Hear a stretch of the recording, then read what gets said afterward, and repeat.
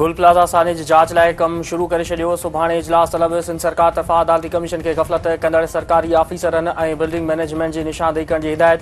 कराची जे commissioner खे जांच commission लाइ सेक्रेटेरिएट सपोर्ट फराहम करण जो हुकुम। सूबाई घरू वज़ीर ज़ियाउल हसन जहाज जो चवणु आहे त जस्टिस आगा फैसल जी सरबराही में अदालती कमीशन गुल प्लाज़ा साने बाबति 8 हफ़्तनि में जांच कंदी। इमारत जी अॾावती मंज़ूरी ऐं लीज़ जे क़ानूनी हैसियत बाबति जांच कई वेंदी। कमीशन बाहि लॻण जे सबबनि हालतुनि ऐं इमदादी कम जी रफ़्तार जो मुआइनो कंदी।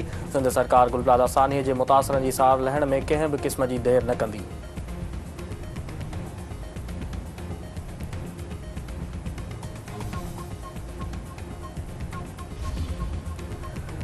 सिंध काबीना इंडस डेल्टा जे 4 लख एकड़ ज़मीन खे महफ़ूज़ ॿेलो करार ॾेई छॾियो। कंज़्यूमर कोर्ट्स खे ट्रैफ़िक कोर्ट करार ॾियण जो फ़ैसिलो।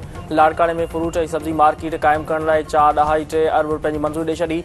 बोर्ड ऑफ रेवेन्यू ऐं सिंध इंफॉर्मेशन टेक्नोलॉजी बोर्ड विच में स्टैंपिंग हलाइण लाइ 5 सालनि जे मुआहिदे जी मंज़ूरी। समुंड पार पाकिस्तान लाइ डिजिटल प्रॉपर्टी रजिस्ट्रेशन जी बि मंज़ूरी। सिंध इंफॉर्मेशन टेक्नोलॉजी खे 70 लख रुपया हर महीने सर्विसिस चार्जिस ॾियण जो फ़ैसिलो। टैक्स कानून ते अमल कंदड़ इदारनि लाइ फीस जी शरह घटि करे 0.8% करण जी तजवीज़।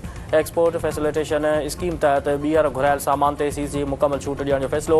मीरपुर ख़ासि ग्रोहर शाख पुलिस पोस्ट खे बि मुकमल तौर ते पुलिस स्टेशन बणाइण जी मंज़ूरी। सालेपुर कचो मलकाणी ऐं समेत 5 देहनि जे थाणनि खे कोराई थाणे जी इख़्तियार जे दायरे में मुंतक़िल करण जो फ़ैसिलो।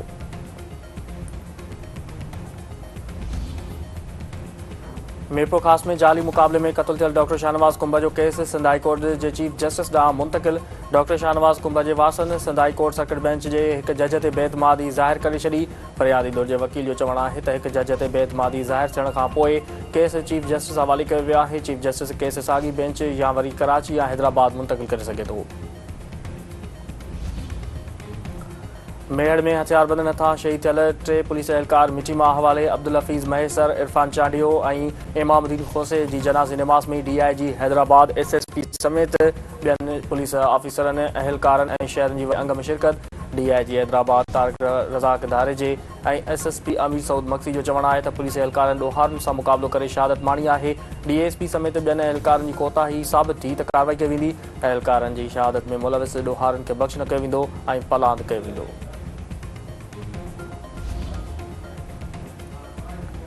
कंबर मां गुम थियल नौजवान ज़ुहैब शाह जंग ऐं बांह वॾे बेदर्दी सां क़त्ल। लाश पला जे खरीमा हथ। वाक़े ख़िलाफ़ वारसनि समेत मुख़्तलिफ़ धुरियुनि जो एहतजाजी मुज़ाहिरो। लाश रखी धरनो। वारसनि जो चवणु आहे त नौजवान ज़ुहैब शाह खे क़त्ल करण खां पोइ लाश पलाल जे खरे में फिटो कयो वियो आहे। बुलड़ी शाह करीम में नींगरी जी बाज़ियाबी लाइ शटरबंद हड़ताल। केतिरनि कलाकनि खां धरनो जारी। पुलिस सां ॻाल्हियूं नाकाम। एहतजाज जारी रखण जो ऐलान। उस्ताद नंढे उमिरि जे नींगरी खे अगवा करे ज़ुल्म कयो आहे। उस्ताद ऐं संदसि साथियुनि ख़िलाफ़ कार्रवाई कई वञे। पुलिस बासर उस्ताद ख़िलाफ़ कार्रवाई करण लाइ तयारु नाहे।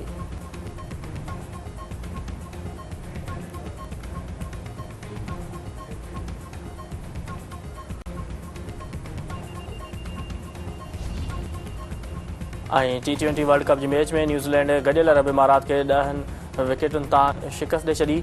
किवीज़ ओपनरनि टिम सरफर्ट ऐं फिन एलियन सरफ तरफ़ां चौकनि ऐं छकनि जी बरसात। शानदार 50 इमारात तरफ़ां मोहम्मद वसीम ऐं अलीशान शरीफ़ जूं 50। नीदरलैंड नंबिया खे 7 विकेटुनि तां शिकस्त ॾेई छॾी। लेडी जे तेज़ रफ़्तार 50 4 छकनि ऐं 5 चौकनि जी मदद सां 72 रन्सूं। पाकिस्तान ग्रुप मरहले में पंहिंजी ॿी मैच अमरीका सां खेॾंदो।